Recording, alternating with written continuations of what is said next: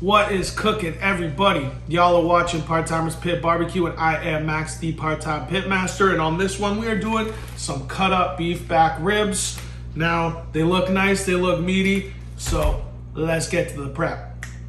Okay, and we are going to get with the prep now. First things first, I'm going with some soy sauce as a binder. Then we're going to go with the Lawry's for the salt. Then some granulated garlic. And finally, a nice coat of that coarse ground black pepper.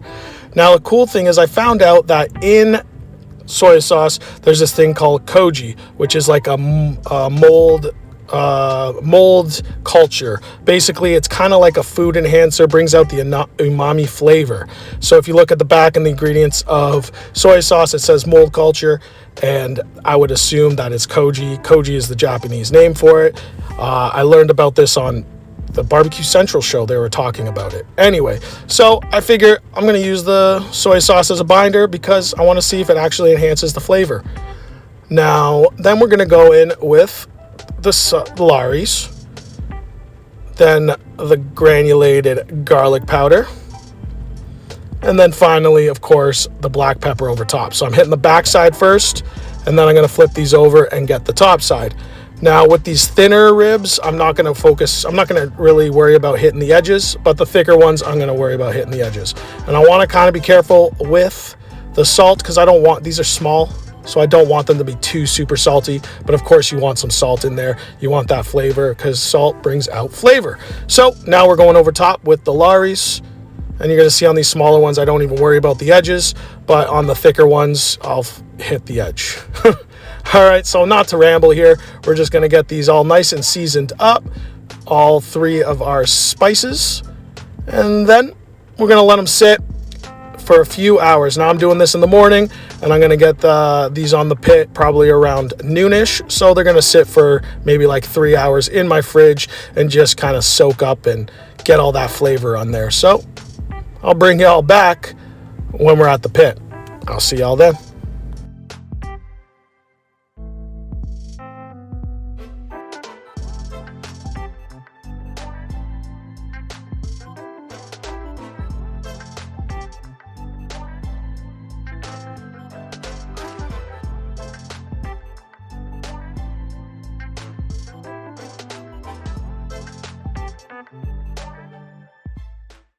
All right, everybody, so we're using the PK today. Got the chimney loaded up with Lumberjack premium lump charcoal. We're cooking indirect. It's going to be fire using some cherry chunks. I'm going to be adding them. Once one burns down, I'm going to be adding another one. But anyway, yeah, so I'm letting this chimney heat up. I'll bring y'all back when we are putting on the beef ribs. So stick around.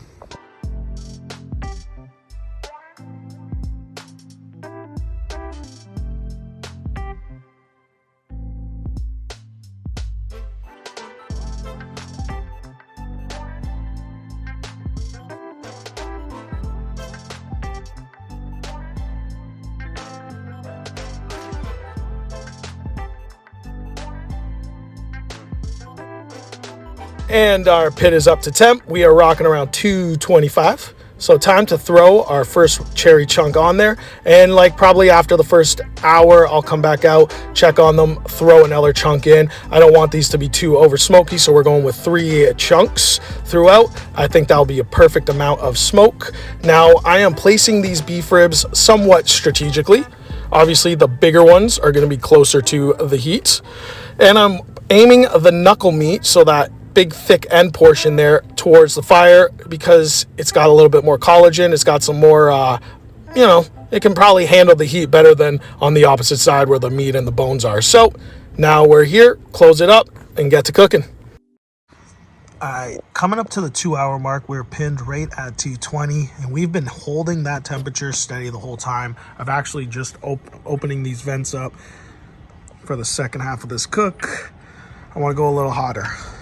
Let's take a look.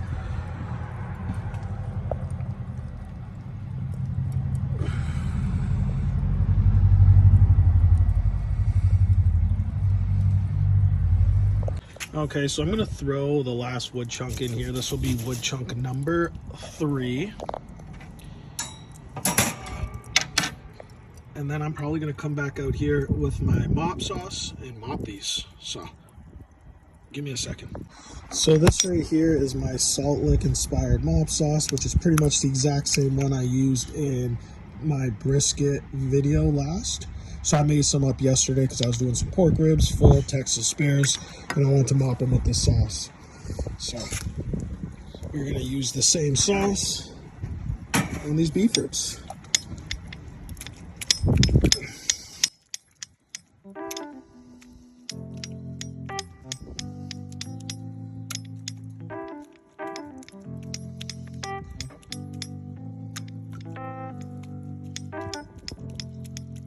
Those are looking good.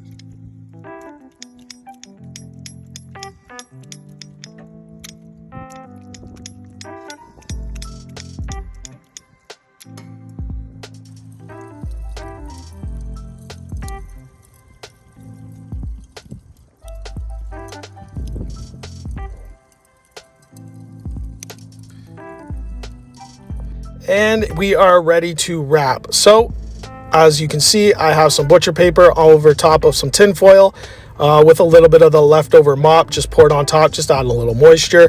Now I'm lining these up in rack formation, and then we're going to wrap it up. Why do I have the butcher paper with the tin foil? There's no rhyme or reason for it. I literally just felt like doing it. So anyway, let's get back to the pit. All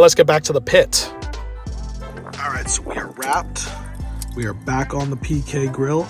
I'm thinking about 30 more minutes and these things should be done, maybe 45. They were probing around 180 at the 2.5 hour mark when I pulled these off to wrap them. So just now. So I think once we wrap them, it's gonna accelerate it. Remember, they are already cut individually, so they should cook a lot quicker. So we'll just lower the lid and we'll be back in a half hour to check on them. All right, so we unraveled them now. We're gonna check them tenderness wise. I'll go with this one here. Oof, super tender, no resistance. And we are in the 200s, so I'm gonna pull these off and let them rest. All right, y'all, so it is the moment of truth. Let me just show y'all what we're working with. These smell amazing. I wasn't going for that dark Texas bark. That's not what I wanted to go. I wanted something lighter. So now these are for dinner. So I'm just gonna take this little one here just to do a little sample test.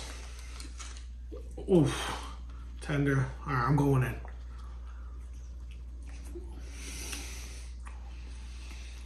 Oh man. Oh my God.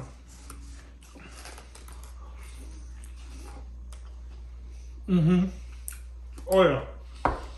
Oh man. So I got some pickled veg, kind of like a little escovitch right here. This little Scotch bonnet.